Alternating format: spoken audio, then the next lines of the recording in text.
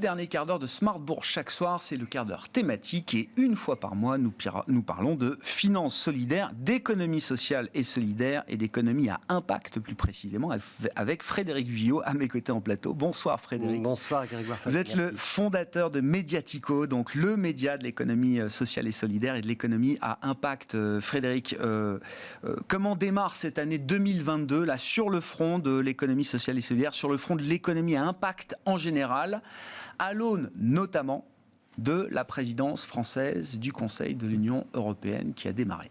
Alors, elle démarre évidemment avec beaucoup d'espoir, au-delà du débat purement franco-français quasiment qui a eu lieu hier soir au Parlement.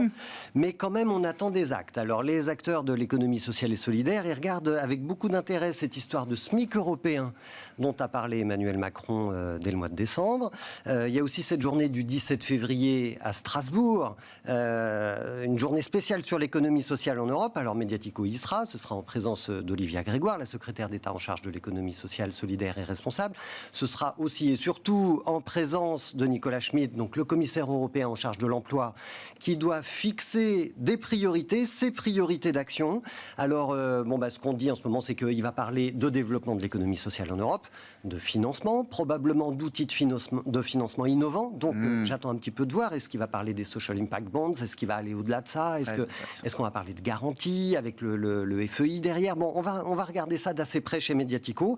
Et ça, c'est potentiellement important parce que l'économie sociale en Europe, c'est quand même près de 3 millions de structures qui emploient 13 millions de salariés. Donc voilà, il y a vraiment il y a de l'impact social derrière ces initiatives qui peuvent être prises au mois de février. Mais vous dites, Frédéric, il y a une chance que toute l'infrastructure européenne, alors politique, mais également les institutions financières, fonds, etc., il y a quand même l'idée qu'il y a une dynamique qui est possible autour des sujets d'économie sociale et solidaire et d'économie à impact.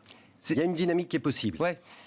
Disons clairement quand même que la présidence française de l'Union européenne, elle ne dure que 6 mois, avec une élection présidentielle en plein milieu, et donc que les marges de manœuvre, elles sont réduites, qu'en réalité, là où se fait le travail, c'est surtout en amont, quand on sème les petites graines avant la présidence française qui arrive, et on met en place les groupes de travail, on commence à négocier de façon bilatérale pour dire, bon, ok, je te demande ton appui là-dessus, etc., parce que les axes stratégiques, ça va être ça. Et puis, une fois que la présidence française de l'Union européenne arrive, quand on est dans le dur, à ce moment-là, la France a un rôle de présidence et elle est censée coordonner l'Union européenne, elle n'est pas censée faire avancer ses propres pions.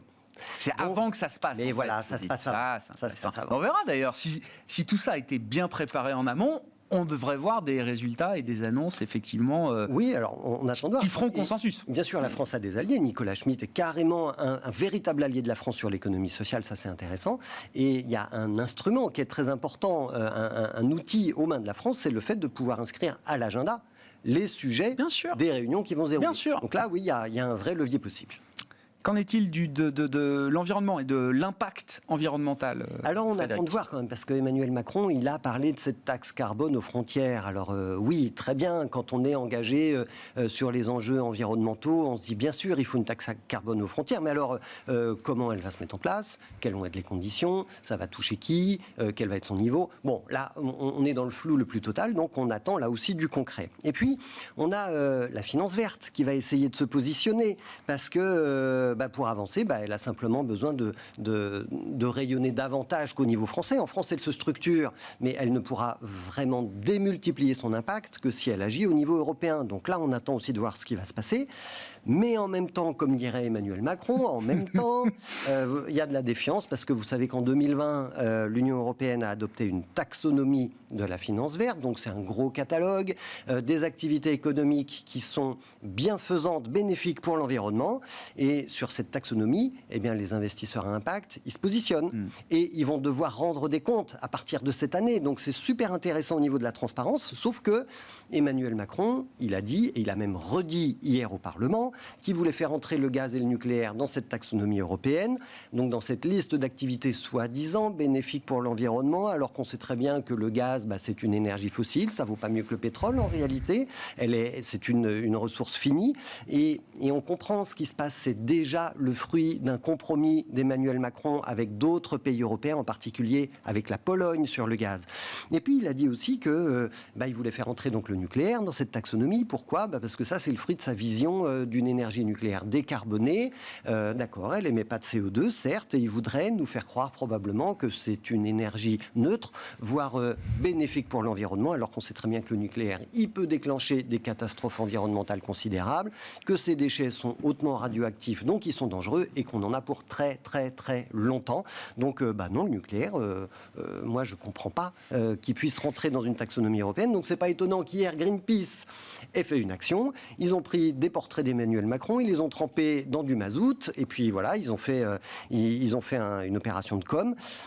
Nous, ce qu'on dit chez Mediatico, c'est qu'en fait, il ne faut quand même pas dévoyer maintenant, jamais dévoyer cette taxonomie européenne, parce qu'en fait, on va fragiliser toutes les bases de la construction de la finance d'impact qui est à peine émergente. C'est vraiment pas le moment de faire entrer le gaz et le nucléaire dans cette taxonomie. Vous pensez que ça va dévoyer Évidemment. Comment peut-on justifier Non, mais j'entends votre point de vue, Frédéric. C'est le débat. Ce sont les activités bénéfiques pour l'environnement. Quand on met du gaz et du nucléaire, c'est pas bénéfique pour l'environnement. Soyons clairs, ouvrons les yeux, regardons les choses en face.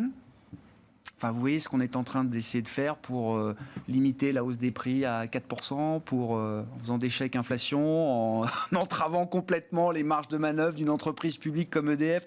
Enfin voilà, c'est quand même... Oui, mais on est sur du conjoncturel. Ouais. C'est maintenant qu'il y a de l'inflation. Dans 3 ans, on ne sait pas où on en sera. Le nucléaire, on sait qu'on en a pour quelques milliers d'années, d'accord, sur le retraitement du combustible. Donc non, il y a un problème de positionnement. Moi, je préférais un discours qui dirait OK, on ne fait pas rentrer le gaz et le nucléaire dans la taxonomie, parce que la taxonomie, en fait, il faut la sacraliser pour que les investisseurs sachent vraiment dans quelle direction aller. En revanche, oui, on se donne 5 ans de délai. Et les politiques ont l'habitude de faire ça, donc il ne va pas nous faire croire qu'il n'est pas capable de le faire. Mais très bien, alors faisons du nucléaire le temps de la transition énergétique qui peut-être va devoir durer 20 ans. En allant 20 ans avant d'aller vers plus d'énergie renouvelable. Cette taxonomie, moi je comprends qu'elle va être très dynamique, que c'est des curseurs qui vont de toute façon évoluer, bouger, que c'est un cadre qui est encore assez mouvant quand on parle avec ceux qui suivent les sujets de régulation. Mais oui, une fois qu'on a inscrit des choses dedans... parce qu'il se met en place, parce que tous les pays européens ne sont pas encore d'accord, mais c'est maintenant que ça se joue en fait. Voilà. Tiens, petite parenthèse là-dessus, parce qu'on parle de finance d'impact, d'environnement, etc. La finance dédiée au climat, enfin la finance qui investit dans la lutte contre le réchauffement et le dérèglement climatique. Comment est-ce que cette partie-là de la finance s'est comportée au cours de l'année 2021 ? Il y a une étude et il y a des rapports et un bilan à faire là-dessus, Frédéric. Alors en fait, elle ne s'est pas si bien comportée que ça. C'est pas mal, mais c'est pas si bien que ça. On a l'Institut for Climate Economics qui a recommuniqué hier sur sa dernière étude. Et dans cette étude, on voit que les investissements climat, ils ont augmenté de 10% à 45 milliards d'euros en 2020.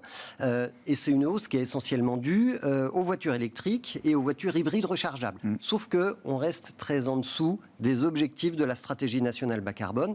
Et en fait, ce qui nous manque en termes d'investissement, on est à 45 milliards, il nous manque 15 milliards d'euros d'investissement par an, public et privé, très bien. 15 milliards, c'est quand même relativement beaucoup au regard des 45. Alors on sait qu'on peut les trouver si on a vraiment envie, sauf que 15 milliards qui manquent, ça représente un tiers des 45 milliards qui ont été investis. Donc voilà, on n'y est pas. On n'y est pas. Non, le compte n'y est pas. Oui, non, mais ça... Effort public, effort privé, et donc il faut probablement une incitation des pouvoirs publics pour aider les investisseurs à aller davantage dans cette direction-là. C'est pas le moment de ralentir. Ça, c'est sûr. Dans l'actualité, les nouvelles qui vous ont marqué chez Mediatico, qui vous ont attiré l'œil, Frédéric, la création d'un réseau de business angels dédié spécifiquement au projet à impact en France. Qu'est-ce que c'est que ce réseau qui est en train de se mettre en place aujourd'hui, c'est ça, Frédéric ? Ça y est, c'est fait. Il existe, en ce mois de janvier, il existe. Donc il est né au mois de décembre, c'est tout frais. Il s'appelle Impact Business Angels. Pas super original, mais au moins ça dit ce que ça fait. Oui, ça parle. C'est clair. Voilà. Et en fait, vous savez qu'il y a en France à peu près 10 000 business angels. Donc, c'est ces particuliers qui ont de l'argent, anciens chefs d'entreprise, ils investissent dans les boîtes et ils donnent des conseils d'ailleurs aux entrepreneurs. Sauf que il y en a 10 000, mais il y en a très peu, très très peu qui sont spécialisés sur l'impact, l'entrepreneuriat à impact.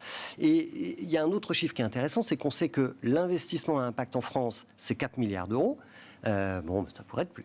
Donc voilà, allez, il faut les pousser à faire davantage. Mais 4 milliards d'euros d'investissement impact, mais extrêmement peu en amorçage. Donc on a un trou dans la raquette, vous savez, ce fameux trou dans la raquette en matière de financement, notamment dans l'entrepreneuriat. Donc on a le groupe SOS et sa filiale Pulse. Groupe SOS, gros groupe de l'économie sociale et solidaire, qui se sont penchés sur la question. Ils ont travaillé avec la Fédération française des Business Angels. Ils ont créé ce réseau. Il est actif aujourd'hui, on est au mois de janvier, il compte déjà 15 Business Angels qui sont fondateurs et il commence déjà à soutenir des projets à impact social, à impact environnemental, à impact territorial, à impact sociétal. Ils les soutiennent en fonds propres ou en quasi-fonds propres, quelles que soient les structures juridiques, associations, coopératives, start-up, ESUS, voilà, enfin, quels que soient les labels. Comment on peut les rejoindre, Frédéric, là, parce que Business Angel, des particuliers qui nous regardent, ça peut les intéresser, là. Évidemment, c'est pour ça que je vous en parle. Oui, bien sûr. Vous allez sur Internet et vous tapez impact-businessangels.org et vous tombez sur ce réseau. Bon, on termine avec, alors à chaque fois, vous nous apportez des idées, des besoins. Vous relayez des besoins d'investissement au sein de l'économie sociale et solidaire et de l'économie à impact. Alors, les besoins sont nombreux, mais je vous demande à chaque fois d'aller choisir effectivement un ou deux projets. Alors, il nous reste 1 minute, donc je vous laisse choisir parce qu'il y en a toujours beaucoup, mais on pourra en reparler la prochaine fois. Mais un projet là qui vous tient à cœur et sur lequel il y a peut-être une urgence d'ailleurs en termes de financement aujourd'hui. Alors, sur lita.co, qui est une des plateformes là où vous pouvez mettre de l'argent pour avoir un impact concret, je vous propose de soutenir Ciel et Terre International. Ils font des centrales photovoltaïques flottantes. Ils lèvent 1 million d'euros en obligations. Ils ont déjà levé 70%, donc il manque 30%, mais c'est avant le 31 janvier, donc c'est maintenant qu'il faut y aller. Et puis un deuxième projet, c'est sur Mimosa, plateforme liée à l'agriculture et à l'alimentation. Ils ont déjà levé 35 millions d'euros en 5 ans pour soutenir 3500 projets. Enfin, c'est une jolie plateforme. En ce moment, vous pouvez y soutenir un projet d'installation de panneaux photovoltaïques toujours. La petite différence, pourquoi je vous parle de celui-là, c'est que Mimosa, il propose un prêt rémunéré à 6,5%. Donc il y a une originalité qui est quand même pas mal, 6,5%, vous regardez le taux d'inflation, voilà, vous c'est mieux que le livret la différence. On n'est pas en obligation, comme sur l'ITA, on est en prêt rémunéré, c'est intéressant. Et puis juste, si on a encore 10 secondes, Mimosa nous pose un petit défi pour 2022, ils nous disent il y a 5 000 milliards d'épargne des Français, 0,3% seulement qui financent des projets solidaires, il faut tripler, il faut arriver à 1%.